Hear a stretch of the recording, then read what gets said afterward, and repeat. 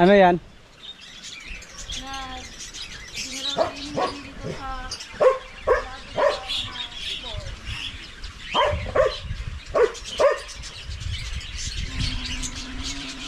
dito sa Naglilinis sila, si Mrs. at si Nang Rayna. Nagtanggal ng damo sa mga Bermuda. Si Third, andun oh. Hello Third! How are you? Very good. Are you happy here? Hindi naman baka yung paliguan natin ngayon. Hindi naman baboy. Aso na. Hoy! Yan. Nagbait-baitan si Bingo.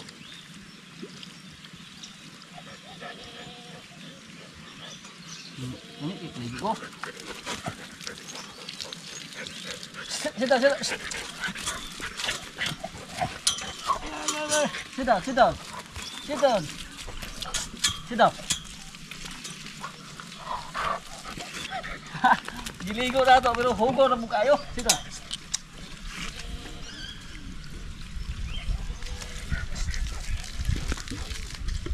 Sit down, sit down, sit down. Good boy.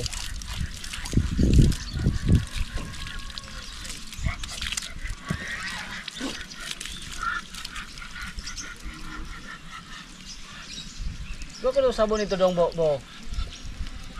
Na kuno kuan pink ka bag.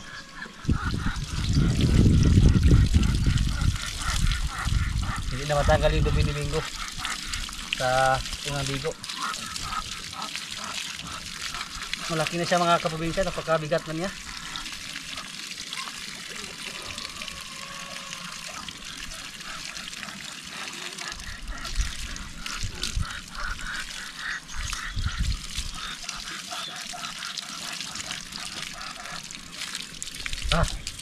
Wala naman, akala ko kalabaw.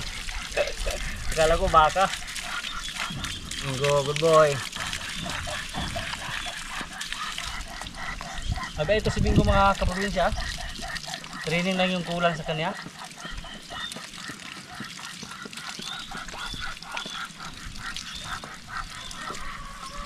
Tingnan niyo po.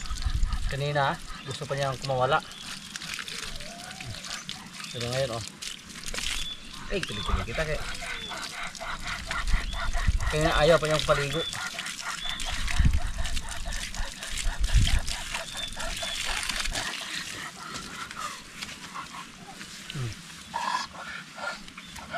Kaya sa akin, siya umaak ba?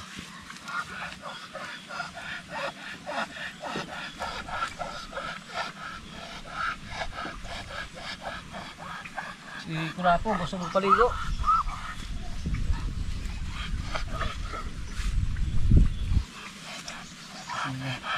Tumahok kayo sila.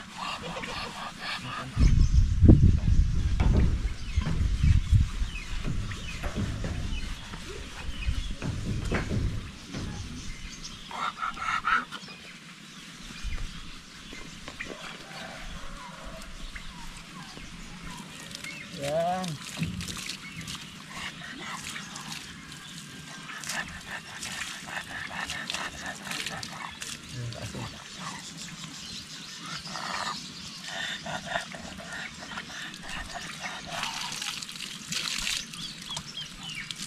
Isa po Kim. Bukas na sa bondo. Ada sampo po. Ada bubuy ada daw sampo do. Ay sampo pa si Bingkuli. Okay.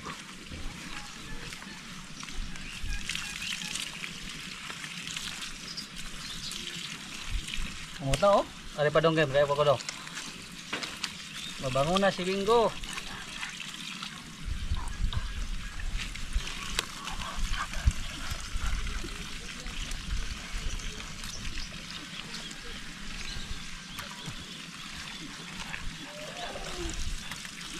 Gabon, beligo gabon.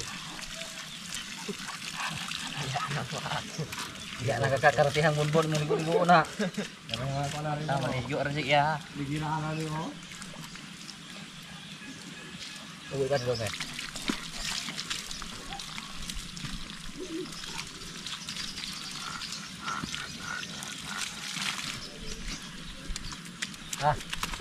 boy! Hey! Good boy!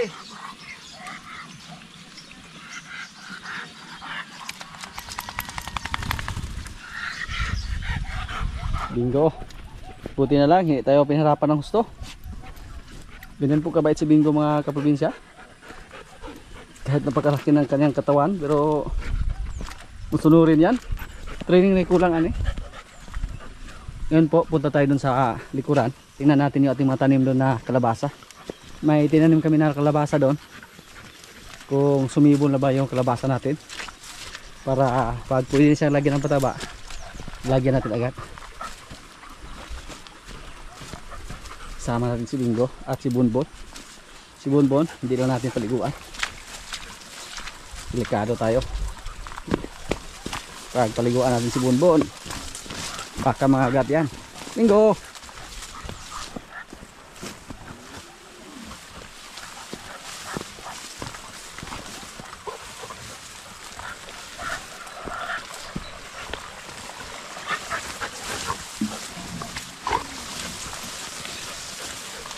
Si Ted po yung gumawa ng pangalan kay Bingo. Kaya naging Bingo siya. Oh, ayun, away. Hindi po magkasundo si Bingo at si Bonbon.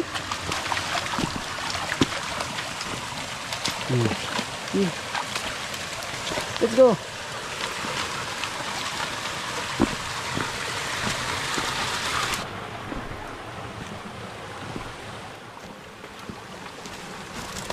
Oops. Si George, iwan na muna siya. Ang kasama natin ngayon si Kulapo, si Bingo at si Bonbon. Nakulangan sa ligo si Bingo. Yan. Go Bingo. Yan.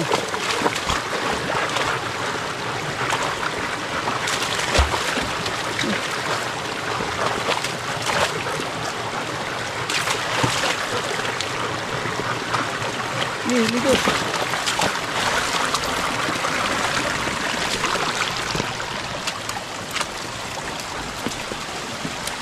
Kayang-kaya na ni Bingo yung mga daan namin dito.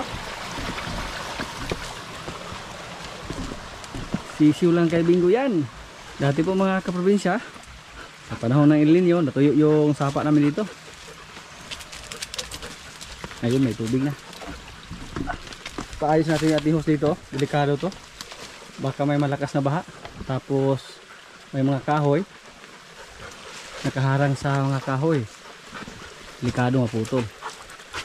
At maanod pa yung hose natin. Ipahila natin yung ating hose. Yung mga napirami dito, napakaganda natin yan mga kaprobinsya. Ito yung bago naming tanim dito.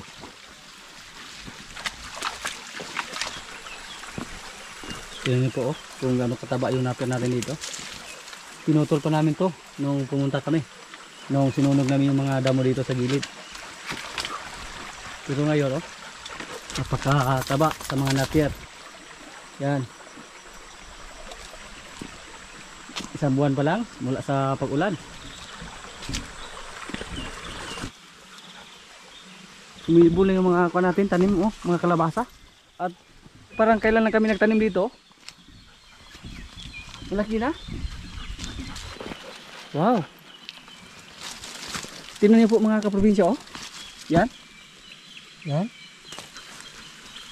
Marami ito.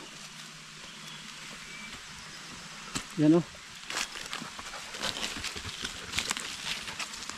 So palagyan natin ito ng pataba. Ito malaki na. Yan. Pakadali lang mga kaprobinsya. Basta tag-ulan. Doon sa kabila, tinaniman niya ng sitaw para konsumo lang dito sa amin. Next time pag pumunta tayo dito, pwede tayo magdala ng kambing. Maraming pagkain.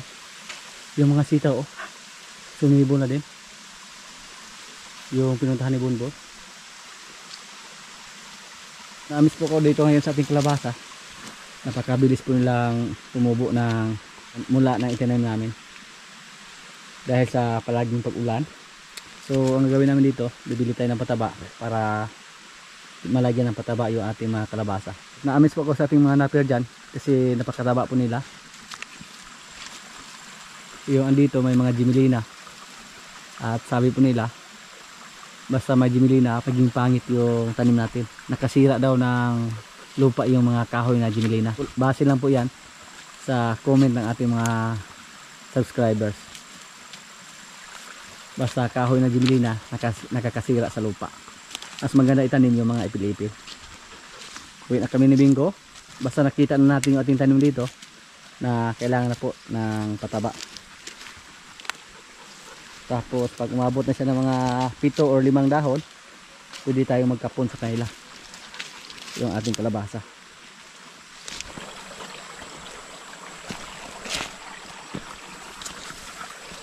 Parang tubo. Napaka-energetic po ni Bingo. Hindi siya katulad kay George. George, relax lang.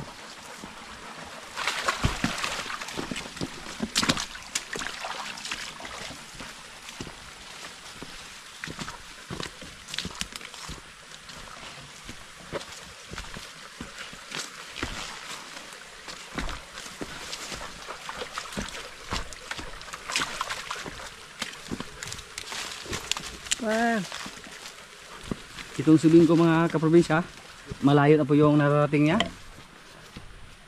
nung pumunta tayo sa bundok. Sinama natin si Bingo.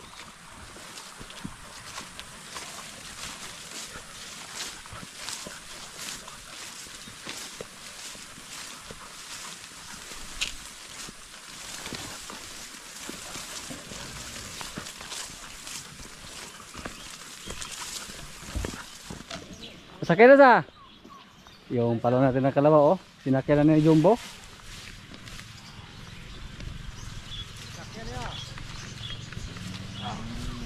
Yung practice agad ni mo pasakay. Si Paloma, si Palo, si Paula, mga kalabaw natin na iba't ibang klase yung pangalan.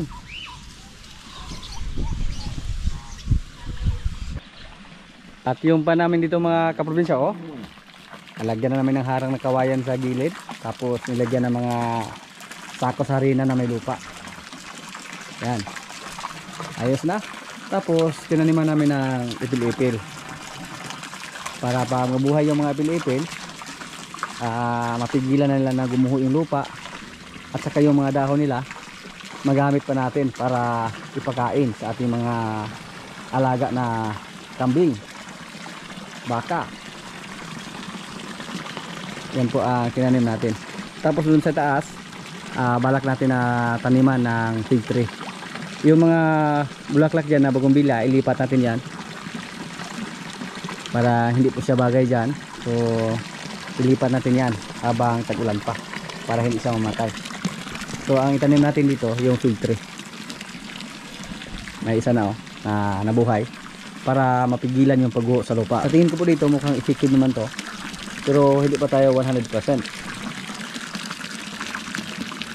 Sa ngayon, ganyan pa yung tubig kasi nagalaw pa yung lupa. Yung mga lupa na gumuho, kinuha po nila tapos nilagay dito. Kaya nakaganyan yung tubig sa ating pump. Maganda na tingnan, oh. Lalo na pag tumubo yung mga tanim natin dito na ipil-ipil. Double yung purpose po yan.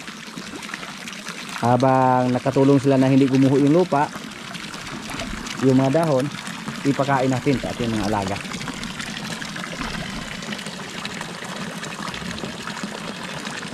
Sana effective po. Kasi may nagsabi na dapat daw yung kawayan ay dikit-dikit yung pagkalagay. Pero yung sa atin, malayo lang naman, pero nilagyan natin ng sako ng harina. Yan po ang nilagay natin.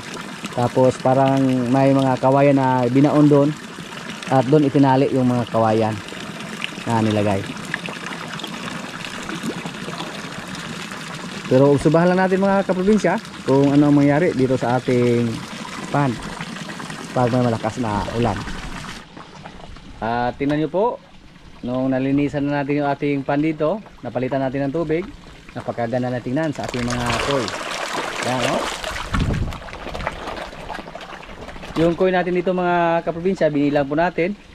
Sila po ay nasa 150 pieces.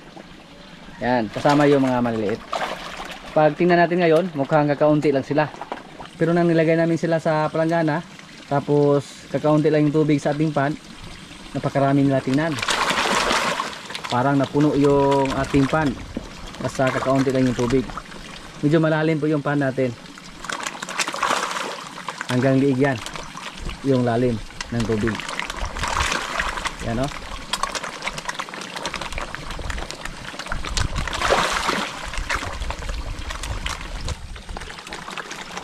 Yan, o.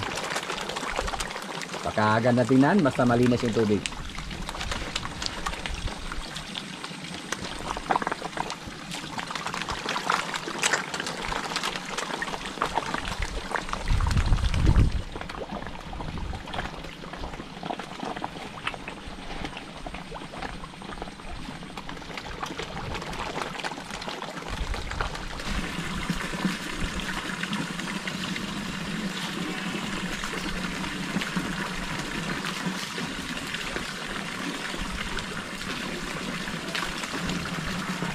Yung mga isda natin dito, walang kaubusan mga kaprobinsya. Lagi kami nangawin dito na isda.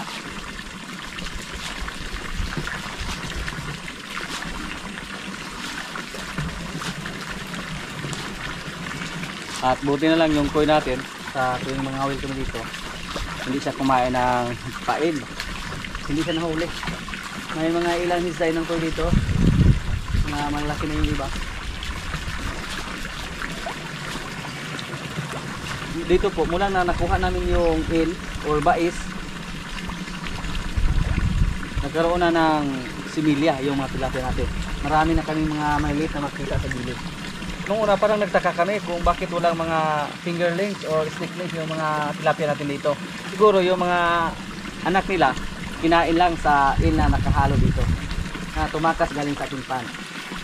Kasi ngayon marami kaming nakikita na mga maliliit, mga sticklings nasa gilid.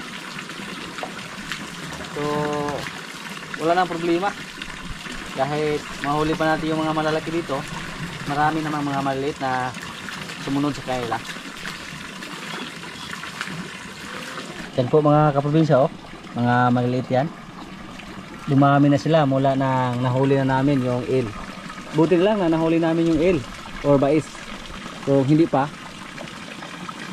andyan lang sa ilalim, tapos marami siyang mga pagkain at mga masarap pa.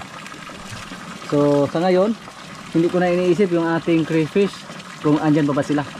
So asahan natin yung pagdami sa ating mga tilapia dito, kasi may mga anak na sila, may mga fingerlings na.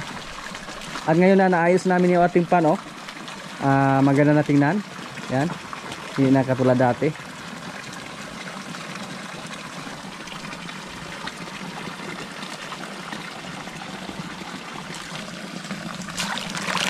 Mga tilapia natin dito, yan. Mula nang lumakas yung ating source ng tubig mga kaprobinsya, napapansin namin na napakabilis lang lumaki at healthy sila tingnan. Lakas din kumain. So pakainin natin sila ng todo. Tingnan niyo po, may iba na yung kulay. Basta ganyan na yung kulay, malaki na yan. Pula-pula na yung ulo. Yan. Kainin natin sila ng gusto para lumaki sila. Ang ginawa natin dito sa ating mga tilapia, pang ulam lang. So instead na bibili kami ng isda doon sa baryo, hindi na kami nakabili. Manghuli lang kami dito. At ilang beses kami nahuli dito. Sa kabilang pan, siguro sa isang buwan, nakahuli kami dyan ng mga 20 kilos. Sa isang buwan. So hindi na tayo lugi sa pagkain pag ganyan karami kada buwan yung makuha natin para pang ulam lang. Kakaliw tingnan,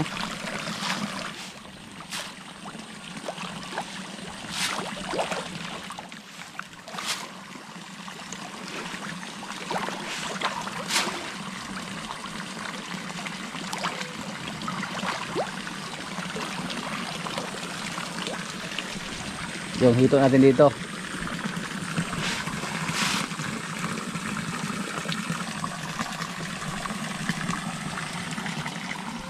Yung mga alaga natin dito mga kaprobinsya, oh, yung mga pabo, gansa, pato, tuwing araw, binusan na namin yung pintuan nila para makalabas sila.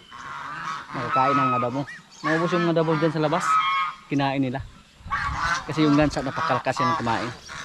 Tapos, napakasayang po sa isa nating alaga na tandang mga kaprobinsya. Pag naalala nyo po, may isa tayong tandang na pumasok doon sa ating mga alagang rabbit. Yun po ang bigla lang namatay. Hindi namin alam kung anong dahilan. Hindi naman siya matamlay sa mga nakaraang araw. Hindi naman namin siya nakitaan na nagkasakit siya. Bigla lang nakita sa ating mga kasama dito na namatay yung ating isa na tandang. Sayang, siya po yung nag-assign dito sa area na to. Yung isa nating talisayin ba yan or anong kulay yun. Basta yung tandang natin na isa, pag nakita nyo po na pumasok minsan sa ating mga rabbit, yun po ang namatay. Sayang. I-check po natin yung ating mga itlogan dito.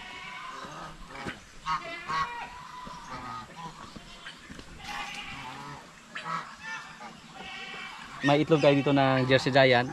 Pinalimliman natin ng pato, sana mapisa yan.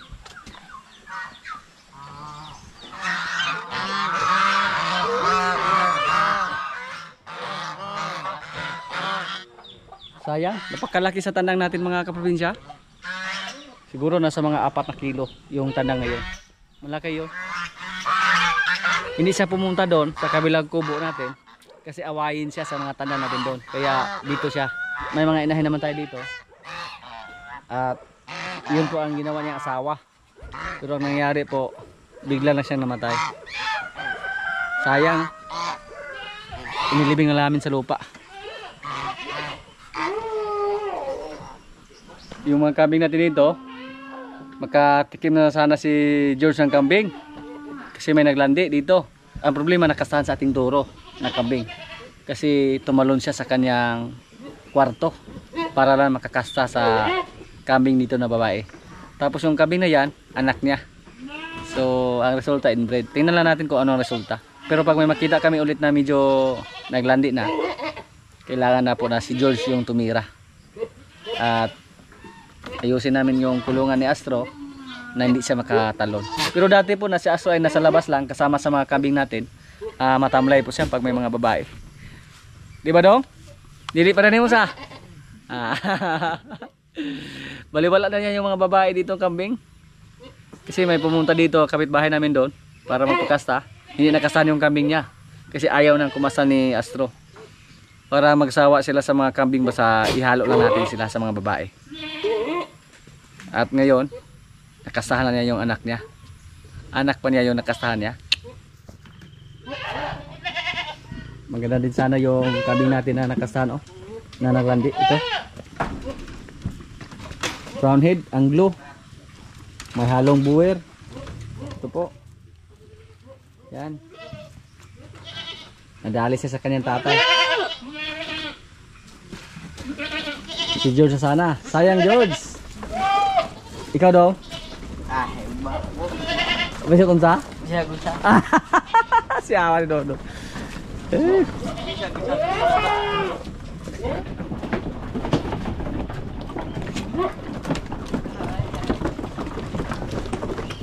Mga makikita na po yung mga balhito sa ating mga kambing dito. Yan.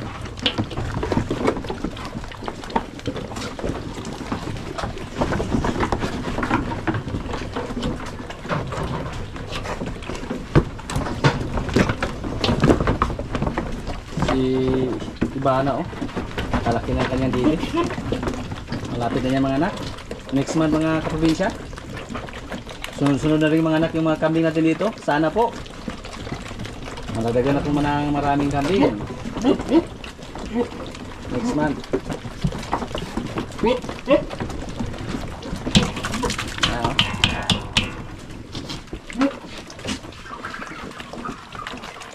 Kailangan po bunda sa ilo. Mga kapit na mga anak. Kana nablus mo isa. Kapit na gani. Upat ka buok. Sobra na ba kay katong duha naman ni are. Dayan. Upat, kalima na usang brown. Kaunom na diha dagay.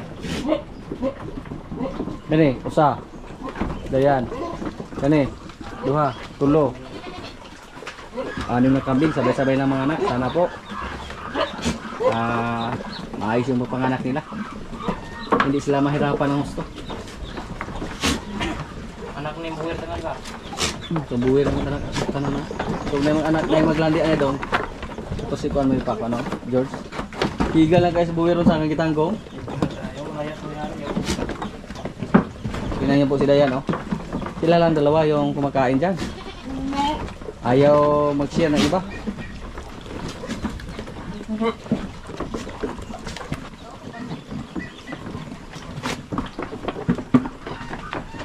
Pag magkasahan yung mga dumalaga natin lahat tapos pabuntis at sa mga anak, ayos na. Yung kambing natin ngayon nasa 30 heads lahat.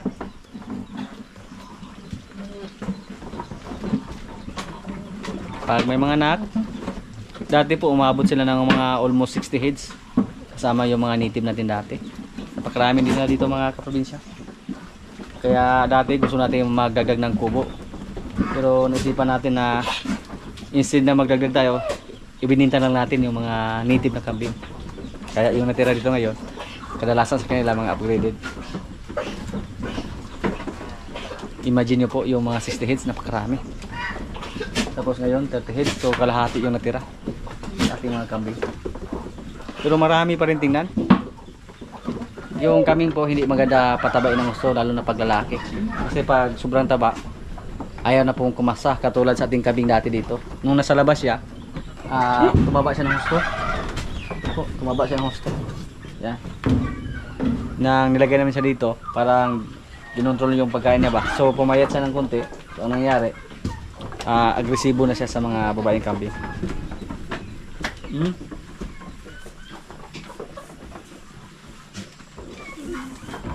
Yan. Ayaw manigay ni Dayan, oh. Yung anak lang niya yung pinakain niya. Anak naman niya yung isa. So yung bata niya hindi palabi. Sa gulang na ka.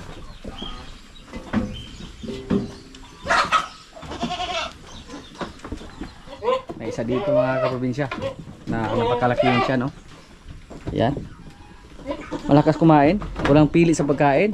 Mapadamuman, mapanapier, mapadahon ng kahoy, mapafeeds. Walang pili sa pagkain to. Hawod to, hawod. Ha?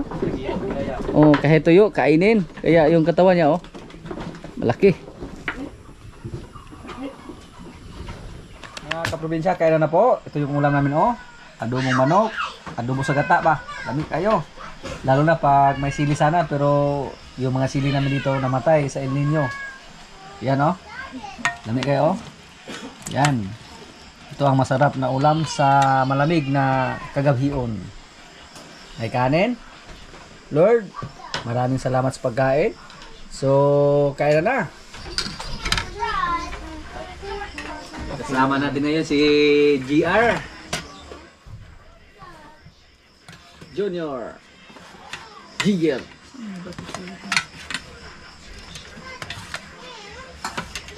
Si Third. Busog na si Third. Naniguro si Iha si Third. Nauna na, kumain na siya ng fried rice, yung paborito niyang pagkain. Araw-araw. Fried rice with egg.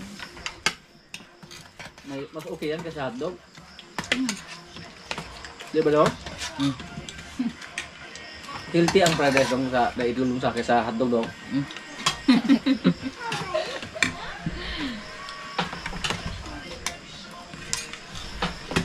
Ano daw? Ano daw? Kapag pa.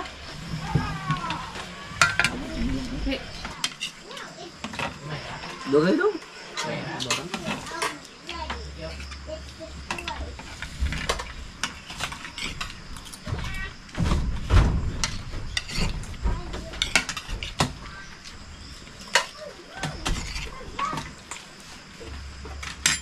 So Jake, wala may halal Jake? Ano daw?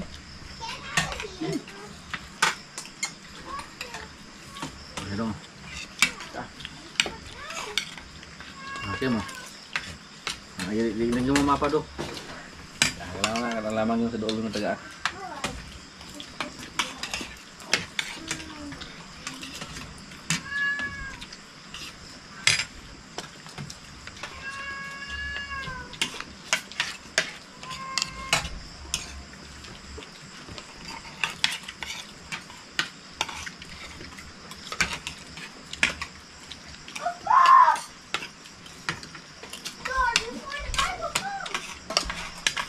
Kasi ba sabot ito siradong Kuya Harya?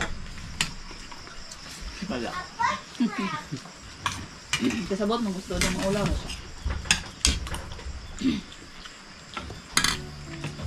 Sabat ni. Ang isang luto.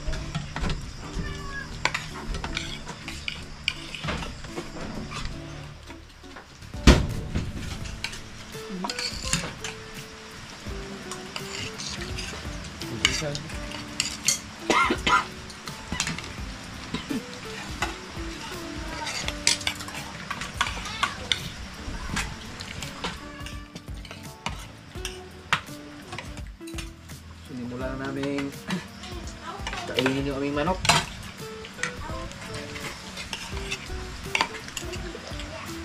Ngayon dudong maayo, manamisigil ka tayo na dito. Pero wala yung kaya. Saan ba?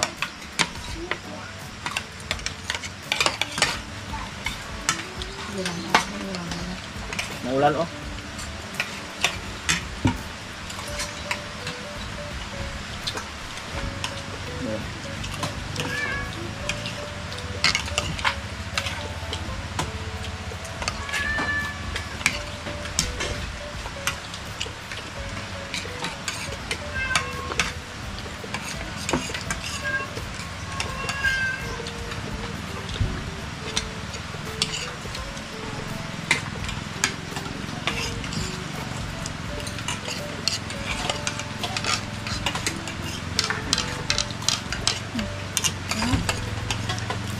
Ano ba? Ano ba?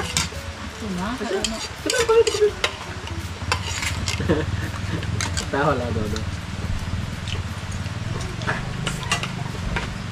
Nakuha yung tilapia nakuha sa?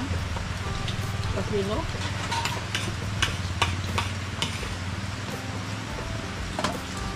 Mau siya doon. Mau siya. Basta kami menjadi Ikaw daw ba sa ba? na apa-apa lah. Ini tahu. Ito pila sa tao.